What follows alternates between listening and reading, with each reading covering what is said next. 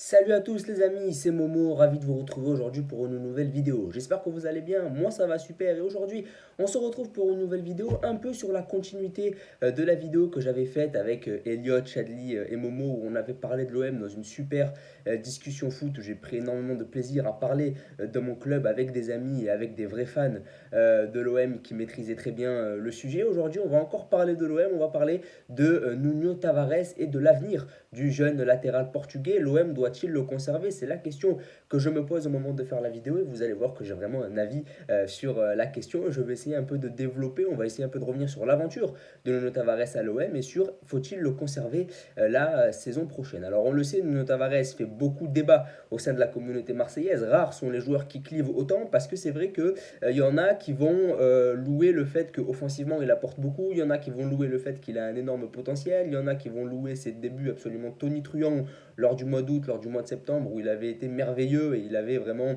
voilà, émerveillé le Stade Vélodrome très clairement par son explosivité, son énergie, ses débordements, etc., ses frappes, ses buts. Et ses détracteurs vont plutôt dire qu'il manque d'intelligence de jeu, qu'il ne sait pas défendre et que c'est un joueur qui dépense beaucoup trop d'énergie pour rien et qui, à l'heure de jeu, se retrouve très souvent cramé et qu'il est peut-être meilleur en sortie de banc et qu'il ne vaut pas 15 à 20 millions d'euros comme c'est la somme que réclame Arsenal pour pouvoir le lâcher. Donc c'est vrai que c'est rare que des joueurs divisent autant au sein de la communauté marseillaise. Et moi, je ne vais pas vous mentir, au début, j'ai été vraiment émerveillé par ce joueur-là parce qu'il a vraiment impressionné au mois d'août. Je me rappelle de son premier match contre Reims, il avait été formidable, il avait vraiment impressionné. Moi, j'avais rarement vu des latéraux, des pistons aussi énergiques, aussi techniques, aussi physiques. Donc c'est vrai qu'il avait une très très belle palette au début, mais c'est vrai que rapidement des lacunes sont arrivées. Et la première lacune que j'ai vue, c'était contre Tottenham en Ligue des Champions. Vous savez que lors du premier match de Ligue des Champions face à Tottenham, il avait été absolument désastreux, notamment sur le plan technique. Et c'est là qu'on a commencé à sentir les vraies limites de Nuno Tavares, surtout sur le plan technique. Et c'est vrai que même si c'est un joueur qui est très explosif, qui est très énergique, qui met beaucoup d'apport d'énergie dans son jeu, il a un style de jeu très énergivore. C'est vrai qu'il court beaucoup.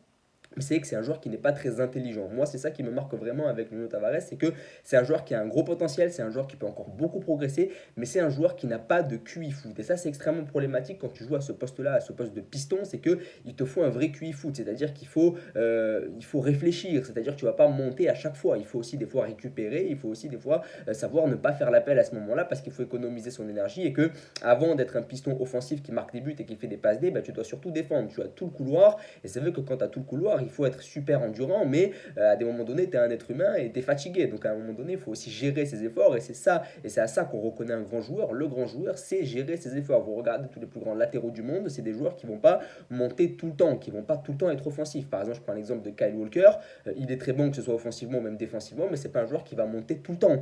C'est un joueur qui des fois va récupérer, va un peu attendre derrière, va temporiser quand il voit que physiquement c'est compliqué. On sait que ce poste de latéral, ce poste de piston est extrêmement énergivore, qu'il faut une grosse endurance, une grosse puissance, il faut aussi être extrêmement intelligent. C'est que quand tu arrives en situation offensive, il faut être intelligent. Est-ce que tu fais la passe? Est-ce que tu frappes? Etc. Et c'est vrai que lui, à chaque fois qu'il faut faire la passe, il frappe. À chaque fois qu'il faut faire la frappe, il passe. Et c'est vrai que au niveau intelligence de jeu, c'est pas un joueur encore fini. C'est un joueur qui est, je vais le dire très clairement, je trouve que c'est un joueur qui est absolument bête. C'est un joueur vraiment qui manque vraiment d'intelligence de jeu, mais qui a malgré tout un gros potentiel. Je suis désolé, je trouve que c'est quand même un joueur de grande qualité. Il est extrêmement jeune. Hein, c'est un joueur qui peut encore progresser.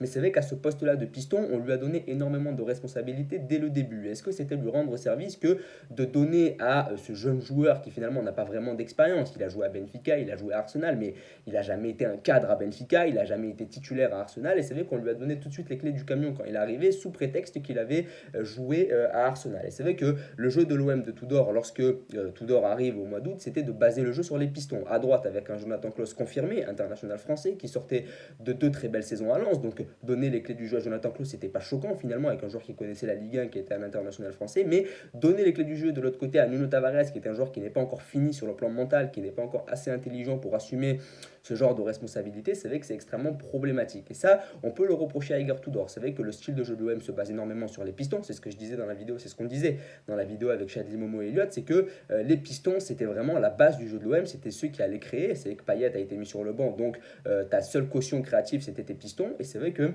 à ce jeu-là, Nuno Tavares n'a pas assumé ses responsabilités. Et c'est vrai qu'on lui a donné beaucoup trop de responsabilités. On lui a dit il faut que tu crées le jeu, alors que c'est un joueur qui n'est pas fini sur le plan mental et c'est un joueur qui n'a jamais été titulaire à avant dans un grand club qui n'avait pas encore l'expérience. On sait que c'est extrêmement compliqué quand tu es jeune de venir jouer, de commencer au Vélodrome et vraiment d'être bon tout de suite. Lui, il a été bon tout de suite, mais c'est vrai qu'on a ressenti ses premières lacunes en Ligue des Champions. Et c'est là qu'on a ressenti la limite de Nuno Tavares et c'est là qu'on a commencé à comprendre pourquoi Arsenal a décidé de le prêter parce qu'il ne faut pas être bête. Si Arsenal l'a lâché un an en prêt à l'OM sans demander aucune somme et voilà, le lâcher comme ça aussi facilement, c'est qu'il y avait une couille avec ces joueurs-là, c'est qu'il y avait un problème. Et le problème, c'était que malheureusement, Nuno Tavares n'était pas encore un joueur fini et que Arsenal voulait encore polir ce diamant, entre guillemets, en le prêtant à l'OM un an pour qu'il acquiert de l'expérience finalement. Et c'est ce qu'il a fait. C'est vrai que j'ai l'impression qu'il acquiert de plus en plus d'expérience. Il a pu disputer la Ligue des Champions, il a pu disputer des matchs très très chauds au Vélodrome, mais c'est vrai que j'ai pas ressenti de progression. J'ai même ressenti une régression au fur et à mesure de la saison du côté de Nuno Tavares. Et c'est vrai que là où Arsenal s'attendait peut-être à ce que le joueur progresse, et ben on a eu un peu le cas inverse. C'est que dès le début, il a été exceptionnel parce qu'il était encore frais physiquement, que c'était encore le début de saison et que à l'OM finalement on a rarement eu ce genre de joueur là aussi explosif, aussi énergique, aussi puissant. Et malheureusement ensuite il a régressé parce que la Ligue des Champions est arrivée, l'enchaînement des matchs aussi est arrivé. C'est pas un joueur qui avait l'habitude d'enchaîner les matchs à Arsenal et c'est là qu'on a commencé à ressentir les limites du jeune latéral portugais. Moi maintenant ce que je préconise à l'OM c'est de renouveler son prêt encore un an, de recruter à son poste et de le mettre sur le banc l'année prochaine. Et c'est ça vraiment que j'ai envie que l'OM fasse, c'est qu'on renouvelle son prêt et on voit ce qui se passe l'année prochaine. Si lorsque il joue, parce qu'il va jouer l'année prochaine des matchs, même si c'est une doublure, il va quand même jouer des matchs parce qu'il y aura la Ligue des Champions, il y aura même la Ligue Europa à minima, mais en tout cas il y aura une compétition européenne l'année prochaine à l'OM et avec 2 matchs par semaine, même si tu achètes à son poste et que tu le relègues sur le banc, il va pouvoir rentrer sur certains matchs, et sur certains matchs, il sera vraiment très très intéressant.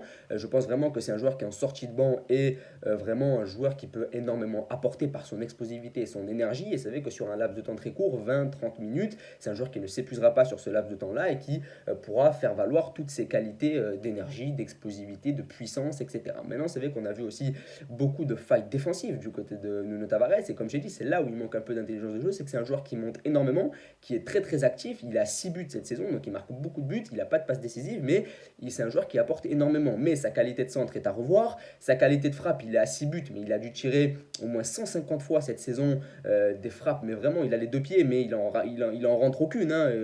Pied gauche, pied droit, il frappe tout le temps. Il a marqué 6 buts, c'est pas mal pour un piston, mais quand tu vois à quel point il a tiré cette saison, le gars tire tout le temps.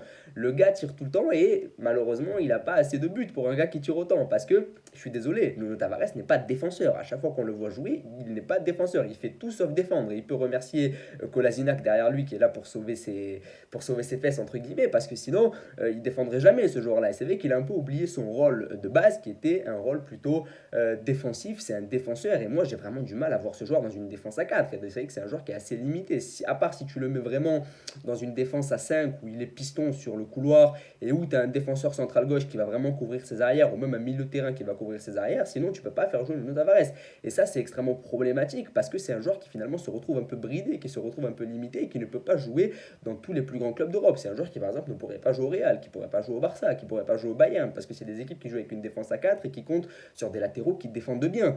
Tu regardes au Real Madrid, Enanas de gagner avec des champions avec Ferland Mendy qui est un arrière gauche très défensif. Même là Kamavinga c'est un arrière gauche plutôt défensif quand même, qui pense à défendre avant tout. Donc c'est vrai qu'Alphonso Davies au Bayern, même s'il attaque beaucoup, c'est un défenseur aussi qui pense à défendre.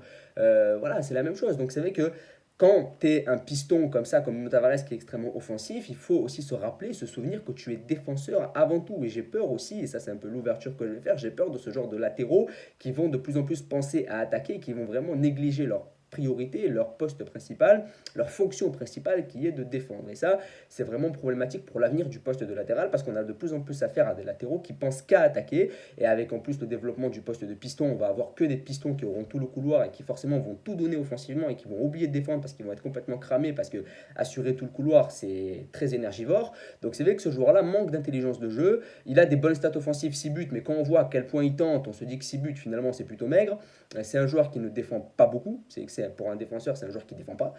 Et c'est un joueur qui a montré ses limites très clairement en Ligue des Champions. Et puis aussi, c'est un joueur qui, je pense, n'est pas encore fini sur le plan mental, sur le plan intellectuel, mais il y a encore de la progression. Et avec son explosivité, son énergie, s'il continue à travailler parce qu'il est extrêmement jeune et qu'il a beaucoup de potentiel, je pense vraiment qu'il peut progresser. C'est pour ça que je préconise à l'OM de prolonger son prêt d'un an, d'acheter à son poste un joueur un peu plus confirmé, un joueur un peu plus fini. Je pense à Romain Perrault, par exemple, qui joue en première ligue. D'ailleurs, je crois qu'il joue à Southampton et que son club a été relégué.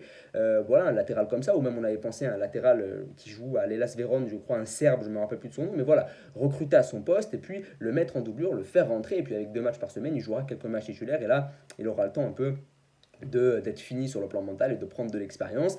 Et c'est vrai que là, s'il est bon, si l'année prochaine il progresse vraiment, et je pense que c'est possible qu'il progresse, parce que c'est un joueur qui va maintenant faire que progresser de toute façon sur le plan intellectuel et sur le plan mental, je pense qu'on pourra lever l'option d'achat parce qu'Arsenal ne compte pas du tout sur lui. Je pense qu'ils vont pas être très très durs au moment de renouveler son prêt.